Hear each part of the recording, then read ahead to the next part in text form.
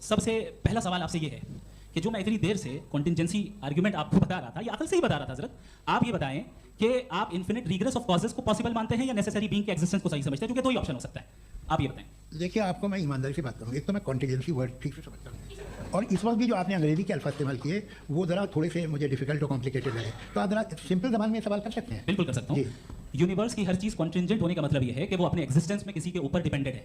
जो भी चीज डिपेंडेंट होगी वो चीज इंडिपेंडेंट नहीं हो सकती, तो उसका कोई ना कोई कॉज होगा। तो अब आप क्या समझते हैं कि ये इन्फिनिट रिग्रेस है, यानी कॉज पर कॉज, कॉज पर कॉज, कॉज पर कॉज, और कभी कोई यानी एंडलेसली चलता रहा, क्योंकि अगर ऐसा होगा तो हम तो एग्जिस्टेंस में आते ही नहीं लॉजिकली। ये हम क्यों नहीं मान सकते कि यूनिवर्स जो है और बल्कि मल्टीवर्स जो है वो हमेशा से हैं, वो बनती है, बिगड़ती है। एक हमारे यहाँ एक चीज़ है ब्लैक होल, वो समेट लेता है वापस, फिर ब्लास्ट होता है, फिर फैल जाता है। कोई औकात ही नहीं है इंसान की। एक छोटे से जर्रे पे हम 50-60 साल की उम्र रखते हैं, जो करोड़ों अरबों साल की कायनात है उसमें, और पैदा भी नहायत ही बेहुदा वजह से हुए थे।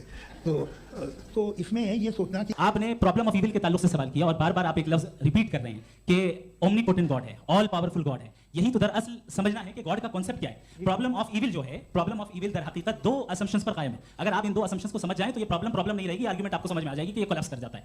पॉइंट नंबर 1, यानी जो आपका सबसे पहला फॉल्स असम्पशन है कि गॉड मर्सीफुल है, ओमनीपोटेंट है, दुनिया में जुल्म हो रहा है। लेकिन आपको ये समझना चाहिए कि हमारे वर्ल्ड व्यू के मुताबिक गॉड सिर्फ ओमनीपोटेंट और सिर्फ मर्सीफुल नहीं है, बल्कि वो ऑल वाइज भी है और वो ऑल नोइंग भी है। उसके हर काम के पीछे हिकमत और विजडम है। ये कोई जरूरी नहीं है कि वो हिकमत और विजडम आपको समझ में आए या मुझे समझ में आए। अगर आप जो समझ रहे हैं उसके मुताबिक आप फैसला कर रहे हैं, ये लिमिटेड पर्सपेक्टिव से आर्गुमेंट है। और इस चीज को हम अपनी दुनिया में, अपने लाइफ में, डेली लाइफ में इस प्रिंसिपल को एक्सेप्ट करते हैं। किसी डॉक्टर के पास जाते हैं, डॉक्टर के पास जाकर वो अगर उसने हमें कोई दवाई दी है तो हम ये तो नहीं कहते कि जब तक आपके पास जितना नॉलेज और जितना विजडम नहीं है, आपने क्यों ये दवाई दी है, तब तक हम इस चीज को एक्सेप्ट नहीं करेंगे। नहीं कहते, हम उसकी अथॉरिटी को तस्लीम करते हैं। क्यों? क्योंकि उसकी हम जानते हैं कि वो नॉलेजेबल है, वो विजडम वाला है, हमसे ज्यादा नॉलेज और हमसे ज्यादा विजडम है। दूसरा फॉल्स असम्पशन ये है कि इस दुनिया में इविल के होने का कोई गुड रीजन नहीं है, जबकि हमारे पास बात रीजंस मौजूद हैं, हमारे पास बात वजूहात मौजूद हैं। अगर इस दुनिया में इविल ना हो तो आप गुड को डिफाइन कैसे करेंगे? अगर जुल्म ना हो आप इंसाफ को समझेंगे कैसे? क्रिएटर ने इविल को बनाया है टेस्ट के लिए, वो इविल नहीं है। इविल वो होगा जो उसे इख्तियार करेगा। छुरी को बनाने वाला गलत नहीं होता है, छुरी का गलत इस्तेमाल करने वाला गलत होता है।